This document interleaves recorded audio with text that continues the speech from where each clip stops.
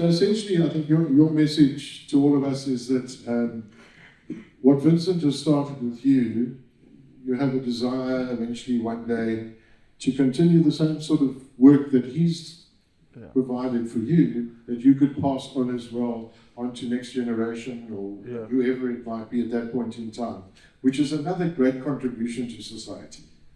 Yeah, it is. We were already doing things together already. When my foundation started, he was the first person I went to in 2019. We were planning on starting the foundation in 2019. He reached out to his friend, he's here too, Andrew, and he helped us start the foundation, but we hadn't even started yet. Then COVID hit, and I was like, we just won the World Cup.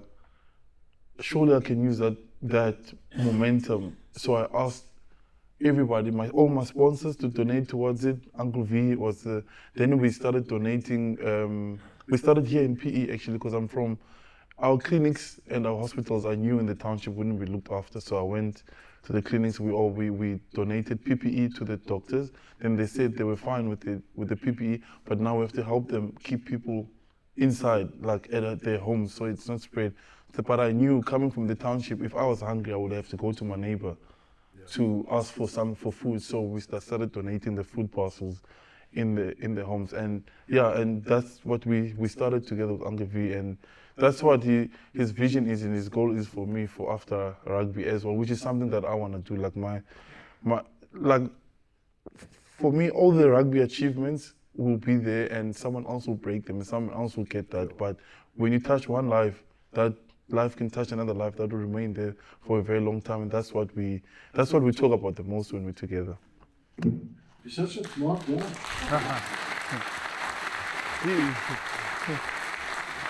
Was that also passed down to you? Yeah. The smartness from Vincent.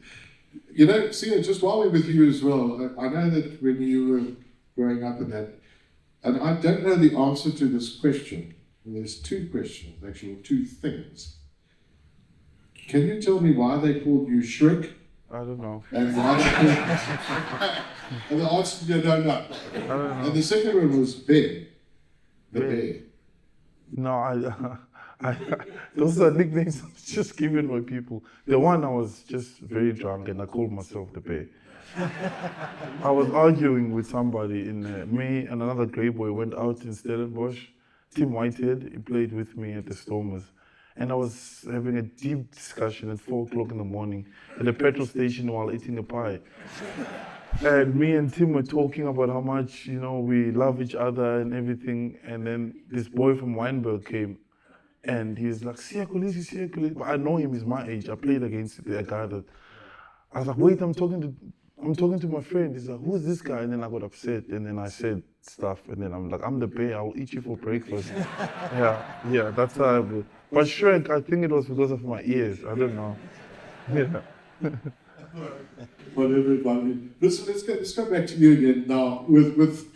We spoke about the value of the Grey School because you were born in Craddock. Yeah. And you have a strong affiliation for nature. I think you're very involved with the Kambaboo. Was there ever a discussion around you going to another school like Craddock Boys High or, heaven forbid, Grey College? Well, why was it Grey? Well, look, I had no say in anything, and I just went because my parents said that's where you're going. So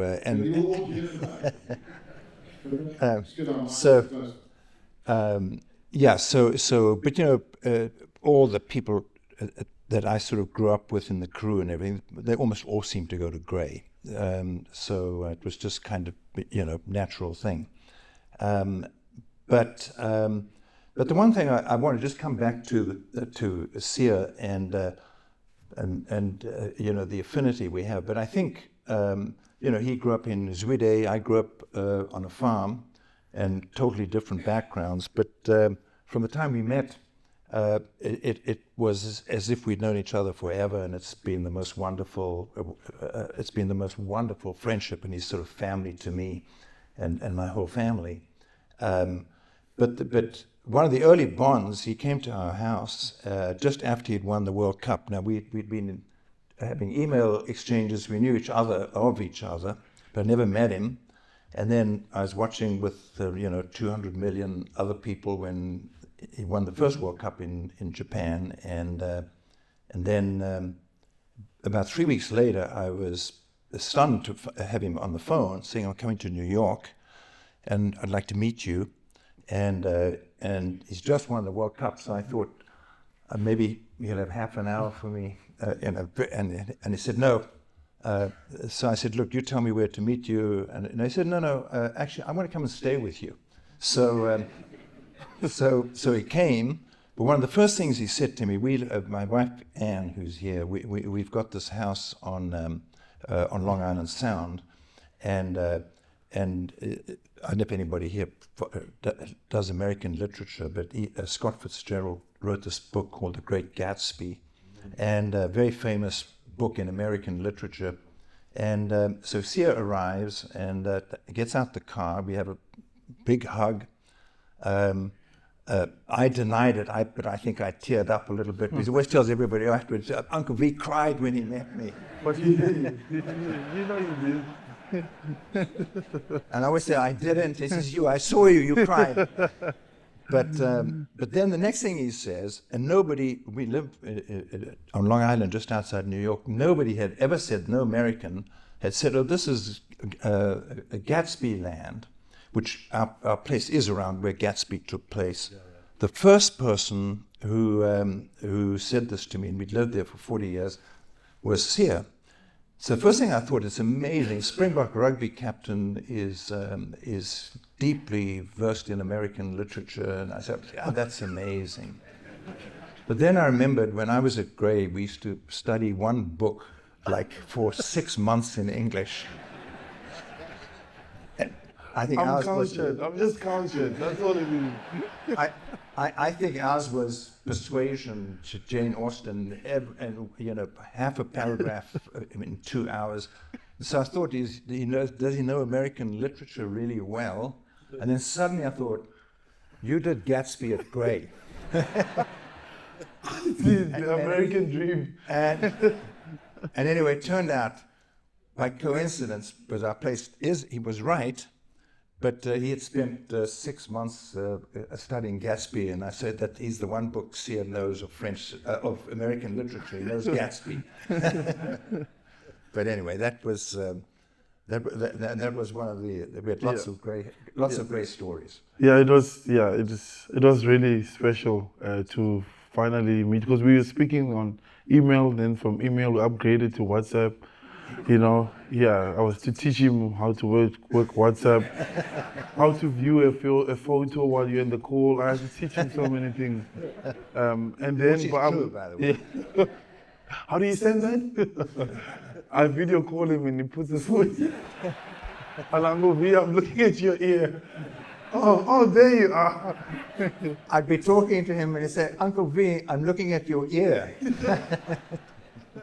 Well, but also I took him we went to basketball games, and it's so fun to see him out of it, like work and everything, how he just goes crazy. We get good tickets and it's just outside, and you can't believe how these big guys are flying in the air and everything, and ice hockey too. But I think on the sporting side is amazing, but I think just the fact that we went to Grey, and I think that's a special thing about coming to the school is, it doesn't matter what year you were in, there's still that connection that you have. And it's like when we came here and we sang the school song together, like wherever I would go with Grey Boys, when there's a big night happening, the school song always is the way to end the night. And I think the friendships that I've made at the school too, Nicholas Holtin, who I named my firstborn after him, he helped me with my English homework. With Mrs. Makaiba gave me some homework to do, so he would come after he's done his homework and will help me, and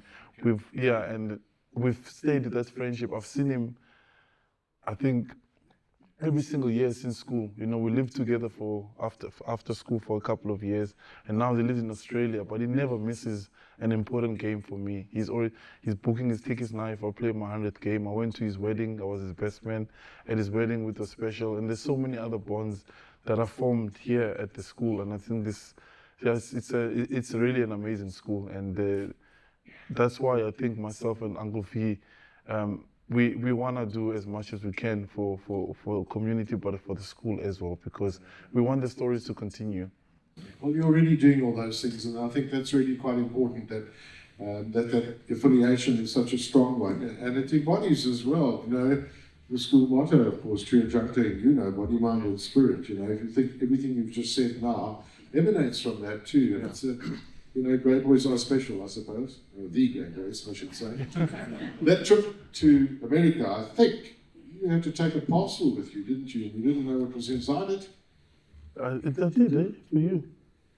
It was a rugby jersey, wasn't it? No, I brought the rugby jersey. You were asked to convey a box to America when you went to see Vincent. No. Did I? Uncle V? And inside it was a signed Springbok rugby jersey. Oh, yeah. But now you remember. Yeah, but okay, I didn't put it in the box. That's the first thing I showed when I opened it. I think the box confused you. Yeah. I know, because I knew Uncle V loved the Springboks, and I think that's, if he could have played the test with Evan Etzebeth, he would take it any day. Every time I call him and I'm with Evan, he's like my lock partner. See, when you were growing up as well, obviously your grandmother played a very strong part of your life as well.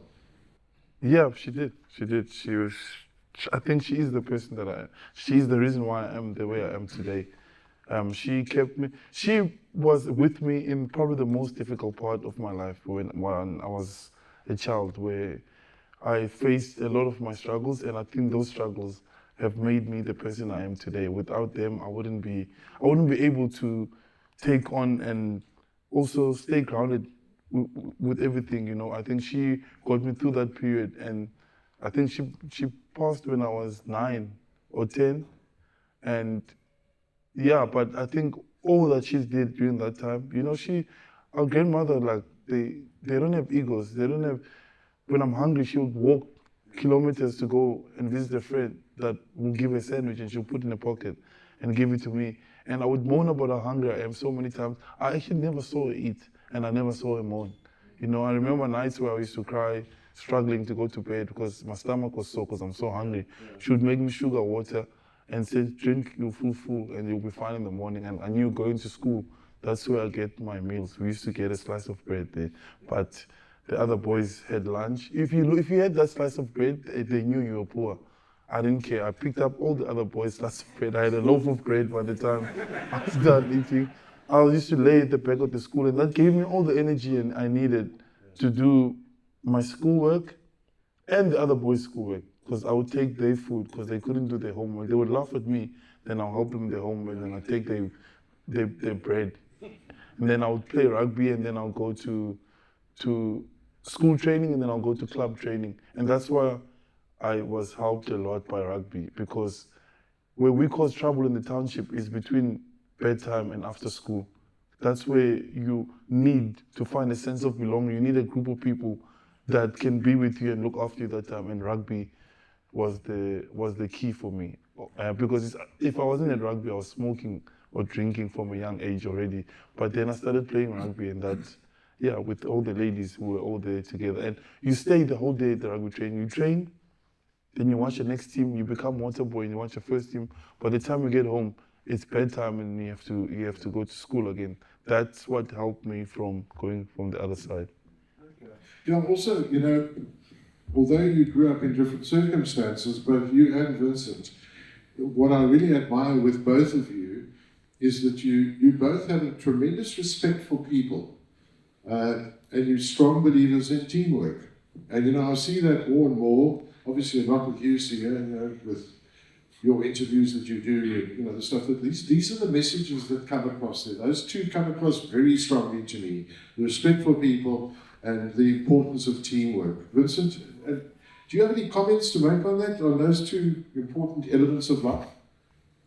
No, except to agree 100% with you, and to say that one of the things that I really believe that I got from the school, because I had 8 years at Grey, So it was incredibly important, formative years, but was just the two things that you've mentioned, Gavin, is respect for people and teamwork. So you're always part of a team, and you did it for your teammates, and it's deeply ingrained in you.